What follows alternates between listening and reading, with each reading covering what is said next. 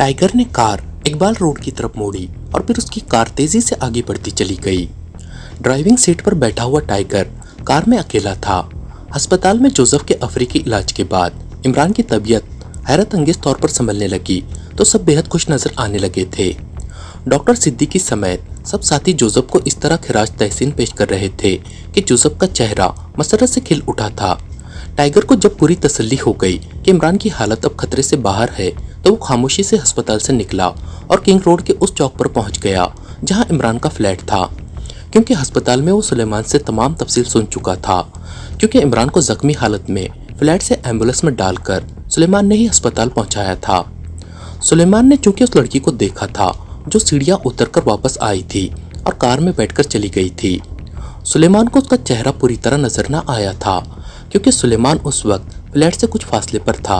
अलबत्ता उसने कार को थोड़ा सा घूमकर जाते हुए उगवी तरफ मौजूद नंबर प्लेट देख ली थी और उसके जहन में प्लेट पर लिखे हुए नंबर महफूज थे। कार जदीद मॉडल की सुर्ख रंग की थी और बकौल सुलेमान उसमें एक आदमी स्टीयरिंग पर मौजूद था जो काफिरिस्तानी था। उस लड़की को सीढ़ियां उतरकर नीचे आते देखते ही कार उसे लेकर इंतहाई तेज रफ्तारी से आगे बढ़ गई थी। लेकिन टाइगर के लिए इतना ही काफी था। उसे यकीन था कि वो उस कार का सुराग लगा लेगा और फिर उसकी मदद से हमला आवरों को भी ढूंढ निकालेगा। उसने जब व्हीकल रजिस्ट्रेशन ऑफिस से कार का नंबर बताकर उसके मालिक के बारे में पूछा तो उसे बताया गया कि यह car Hashim Khan property dealer के नाम रजिस्टर्ड है और उस हाशिम खान के ऑफिस का जो पता बताया गया है वो इकबाल रोड के दूसरे चौक पर वाकई एक ऑफिस का था। टाइगर थोड़ी देर में उस ऑफिस के सामने पहुंच गया जिस पर हाशिम खान प्रॉपर्टी डीलर के नाम का जहाजी साइज का बोर्ड नस्ब था। ऑफिस के बाहर नीले रंग की कार मौजूद थी जिसका नंबर वो न था। टाइगर ने वहां कार रोकी और फिर कार से उतरकर वो ऑफिस की तरफ बढ़ गया। उसने ऑफिस का दरवाजा खोला और अंदर दाखिल हुआ तो उसे एक बड़ी सी मेज के पीछे एक उधेड़ उम्र आदमी बैठा हुआ दिखाई दिया जिसकी बड़ी बड़ी सफेद रंग की मूछें थी। कमरे में साइड पर एक और मेज थी जिसके पीछे एक नौजवान बैठा हुआ था। टाइगर के अंदर दाखिल होते ही वो नौजवान उठ खड़ा हुआ। टाइगर से पहले उसने टाइगर को सलाम किया। आइए जनाब, मेरे पास तशरीफ लाइए। मेरा नाम अहमद खान है, ये मेरे वालिद हैं हाशिम खान। नौजवान ने कहा तो टाइगर मुस्कुरा दिया और फिर हाशिम खान को सलाम करके वो अहमद खान की तरफ बढ़ गया। उसे अहमद खान का रवैया बेहद अच्छा लगा। मौजूदा दौर में नौजवान इस कदर बावकार अखलाकी रवैया बहुत कम रखते हैं। मेरा नाम टाइगर है, टाइगर ने कहा और नौजवान के सामने मेज की दूसरी तरफ मौजूद कुर्सी पर बैठ गया। टाइगर, ये कैसा नाम है? बहरहाल फरमाइए, हम क्या खिदमत कर सकते हैं? नौजवान ने इस बार कदरे हैरत भरे लहजे में कहा। टाइगर का नाम सुनकर वो नौजवान परेशान सा दिखाई देने लगा था, लेकिन टाइगर बज़ाहिर कोई बदमाश या गुंडा नजर न आता था। वो शक्ल व सूरत से पढ़ा लिखा, बावकार और शरीफ आदमी दिखाई देता था, इसलिए शायद वो नौजवान उसके नाम की वजह से परेशान हो रहा था। मैं एक नंबर बताता हूँ, ये एक कार का नंबर है और ये कार आपके वालिद के नाम रजिस्टर्ड है। मुझे इस कार की तलाश है, क्या आप बता सकेंगे कि वो कहाँ है? टाइगर ने कहा और नंबर बता दिया। आपका ताल्लुक पुलिस से है? इस बार नौजवान ने चौंक कर कहा। जी नहीं, बल्कि एंटी लिफ्टिंग स्क्वाड से, टाइगर ने जवाब दिया। तो नौजवान ने मेज की दराज खोली और उसमें मौजूद एक डायरी निकालकर उसे खोला और उसकी वर्क गर्दानी शुरू कर दी। फिर एक सफ़े पर उसकी नजरें जम गईं। हाँ, ये कार हमने खरीदी थी। मेरे वालिद और मुझे 0 मीटर कारें खरीदने और चलाने का बेहद शौक है। हम हर 6 माह बाद 0 मीटर कार खरीद लेते हैं और पहली वाली दोनों कारें फरोख्त कर देते हैं। ये कार जिसके बारे में आप मालूमात हासिल करने आए हैं, ये कार हमने 2 साल पहले एक खातून को फरोख्त की थी। उस खातून का नाम था रोजी रास्कल। माफ करना, यही नाम यहाँ लिखा हुआ है। वो औरत वाकई अपने अंदाज से रास्कल ही लग रही थी। जरा सी बात पर वो इस तरह मारने मरने पर तुल जाती कि हमें उस पर बेहद हैरत हुई थी। अहमद खान ने तफसील से बात करते हुए कहा, लेकिन उसने टाइगर की तरफ गौर से देखा ही ना था, जो रोजी रास्कल का नाम सुनकर इस तरह उछला था कि जैसे कुर्सी की सीट से अचानक कील उभर आए हों। वो शायद ये नाम सुनने का सोच भी ना सकता था। उसके जहन में बगोले से नाचने लगे थे, क्योंकि उसका मतलब था कि इमरान पर हमला करने वाली रोजी रास्कल थी। लेकिन फिर अचानक उसे ख्याल आया कि सुलेमान रोजी रास्कल को बहुत अच्छी तरह जानता है, इसलिए अगर इमरान पर हमला करके सीढ़ियां उतरती हुई रोजी रास्कल उसे नजर आ जाती तो वो लाजमन उसे पहचान जाता। आप क्या सोच रहे हैं? आप इस तरह गौर से मुझे क्यों देख रहे हैं? अहमद खान ने आखिरकार ये देखते हुए कि टाइगर किसी सोच में गुम है, पूछ ही लिया। आपने रोजी रास्कल का नाम लिया है, क्या आप इसे कंफर्म कर सकते हैं? टाइगर ने चौंक कर कहा। हमारे पास मुकम्मल रिकॉर्ड मौजूद है। हम रिकॉर्ड को मुकम्मल करने के आदी हैं। इसी तरह हमें बहुत से गैर जरूरी मसाइल का सामना नहीं करना पड़ता। मैं फाइल ले आता हूँ, अहमद खान ने उठते हुए कहा और फिर वो साइड पर मौजूद अलमारी की तरफ बढ़ गया। उसने अलमारी खोली, उसमें से एक फाइल निकाली और वापस आकर दोबारा मेज के पीछे मौजूद कुर्सी पर बैठ गया। उसने फाइल खोलकर उसके सफ़े पलटने शुरू कर दिए। फिर एक सफ़े पर उसकी नजरें जम गई और उसने चंद लम्हे उस सफ़े को गौर से देखने के बाद फाइल को मोड़कर सामने बैठे हुए टाइगर की तरफ बढ़ा दिया।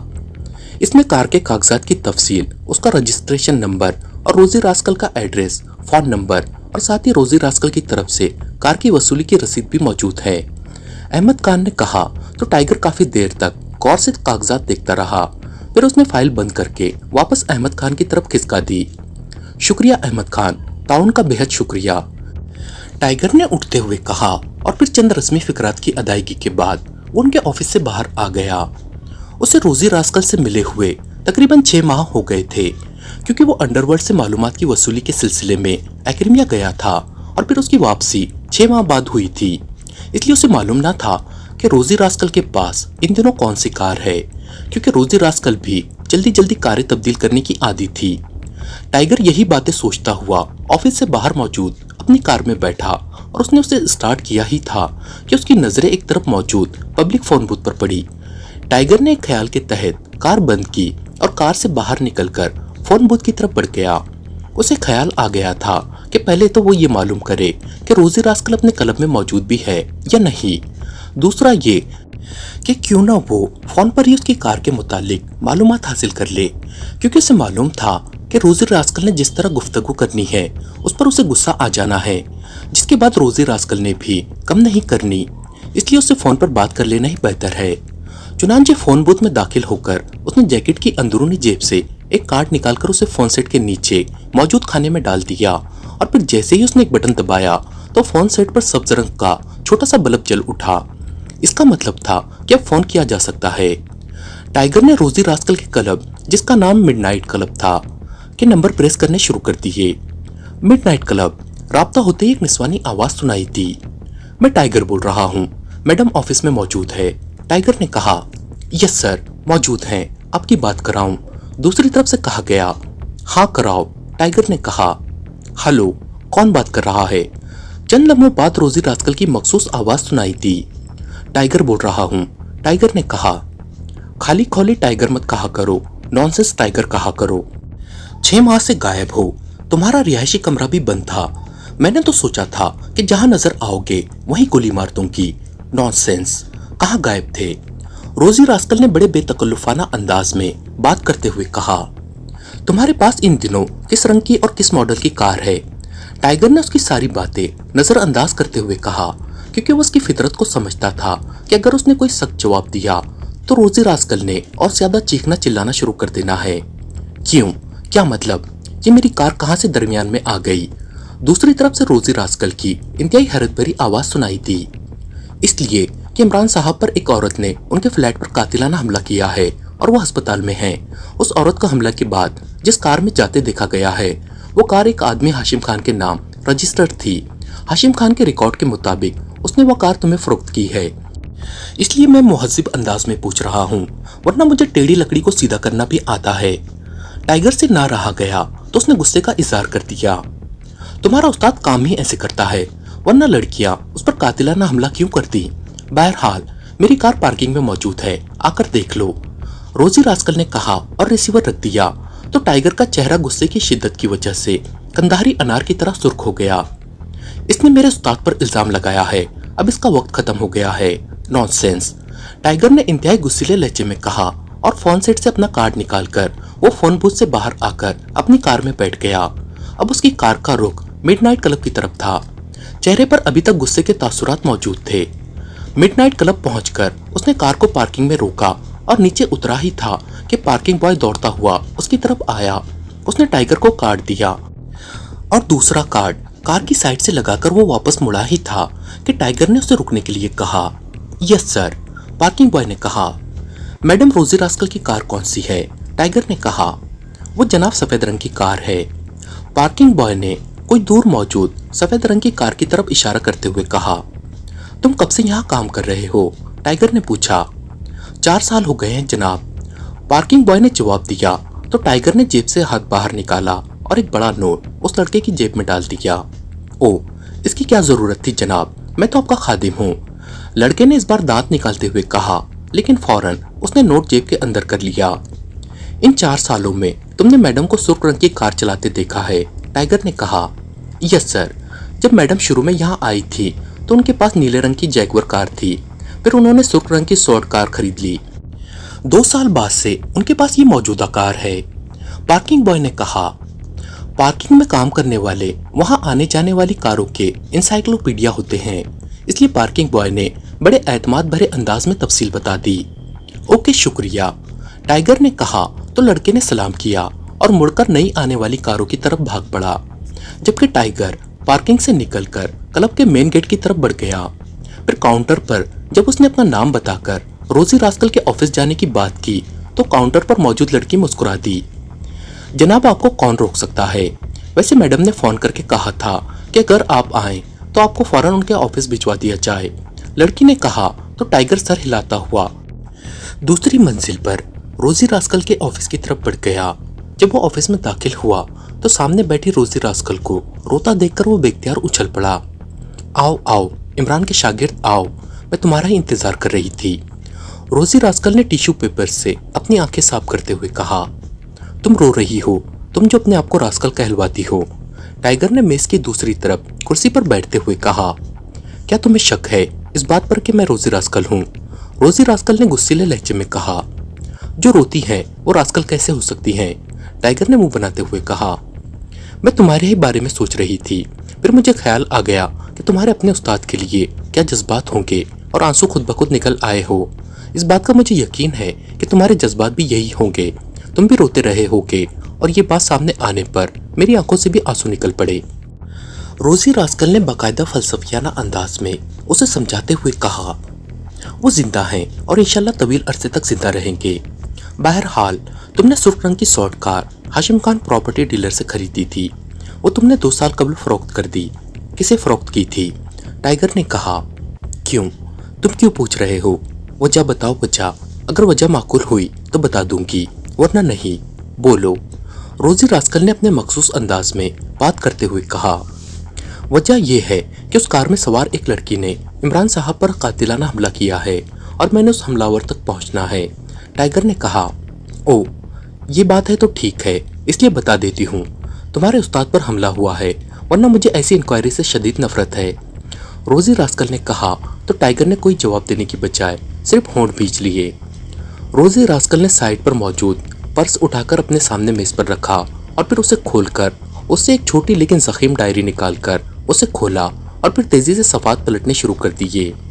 हाँ, ये कार मैंने हाशिम खान प्रॉपर्टी डीलर से खरीद की थी और फिर 1 साल बाद मैंने ये कार काजाक क्लब के मालिक काजाक को फरोख्त कर दी थी, रोजी रास्कल ने कहा। और फिर डायरी बंद करके वापस पर्स में डालकर उसने पर्स बंद करके उसे साइड पर रख दिया। क्या पियोगे? रोजी रास्कल ने कहा। कुछ नहीं शुक्रिया, टाइगर ने एक झटके से उठते हुए कहा और फिर तेजी से बैरूनी दरवाजे की तरफ बढ़ता चला गया।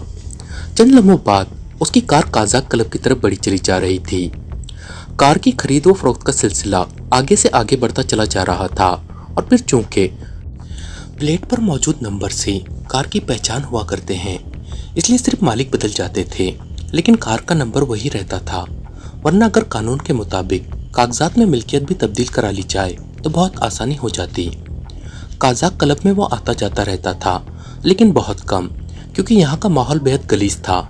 यहाँ हर वो काम खुलेआम किया जाता था जिसके सोचने पर भी कानून हरकत में आ जाता था, लेकिन यहाँ का रुख पुलिस करती ही ना थी, क्योंकि क्लब के मालिकान हाई ऑफिसर्स को बाकायदा मंथली भिजवा दिया करते थे।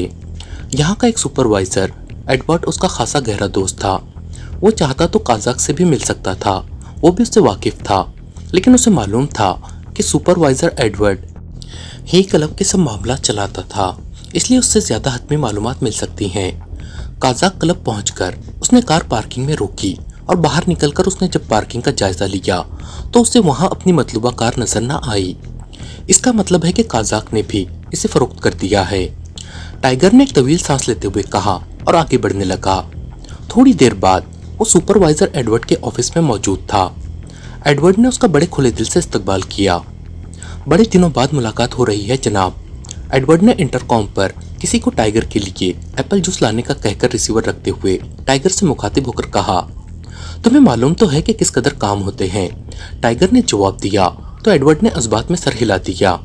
यस सर, अब तो जिंदगी वाकई बहुत तेज रफ्तार हो गई है। हुक्म फरमाइए, कैसे आना हुआ है? मैं हर खिदमत के लिए हाजिर हूँ। एडवर्ड ने कहा, तुम्हारे बॉस काजाक ने रोजी रास्कल से शॉर्ट कार जिसका रंग सुर्ख था खरीदी थी। टाइगर ने कहा और साथ ही कार का रंग और मॉडल भी बता दिया।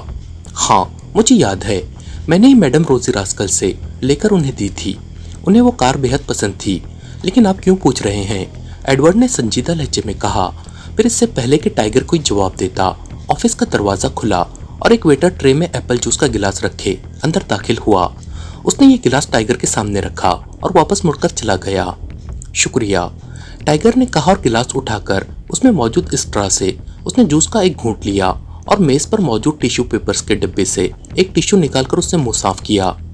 पहले ये बताओ कि ये कार अब भी काजाक के पास है या उसने उससे फरोख्त कर दिया है? टाइगर ने कहा, है जनाब, लेकिन इसमें कुछ खराबी हो गई थी, इसलिए उसे वर्कशॉप भिजवा दिया गया है। एडवर्ड ने जवाब दिया तो टाइगर ने जेब से बड़े नोटों की एक छोटी सी गड्डी निकालकर एडवर्ड की तरफ बढ़ा दी। ये पेशगी है, इतने ही मजीद मिलेंगे।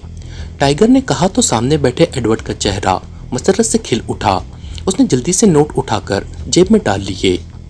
तुम मेरे उस्ताद अली इमरान के बारे में तो जानते हो, उन पर कातिलाना हमला किया गया है और हमला आवर एक नौजवान लड़की थी जो इस कार में सवार होकर फरार हो गई। ये car Hashim Khan property dealer ने खरीदी, फिर उसने इसे रोजी रास्कल को फरोख्त कर दिया और रोजी रास्कल से काजाक ने खरीद ली। और चूंकि कार इस वक्त काजाक की मिल्कियत है, इसलिए लामहला काजाक किसी न किसी अंदाज में इस वारदात में मुलविस है। तुमने मुझे बताना है कि ये लड़की कौन थी और कार चलाने वाला कौन था? टाइगर ने कहा तो एडवर्ड ने बेख्तियार तवील सांस लिया। जनाब, आप अपनी दी हुई रकम वापस ले लें, क्योंकि ये हाथियों की लड़ाई है और मेरी हैसियत तो इनके मुकाबले में मेंढक से भी कमतर है। एडवर्ड ने रो देने वाले लहजे में कहा और साथ ही जेब में डाले हुए नोट बाहर निकालने लगा। तुम्हें मेरे बारे में मालूम है कि मैं जो कहता हूँ वही करता हूँ। तुम्हारा नाम किसी तरह भी सामने नहीं आएगा। टाइगर ने कहा तो एडवर्ड ने एक बार फिर तवील सांस लिया, लेकिन इस बार उसके चेहरे पर इत्मीनान के तासुरात उभर आए थे।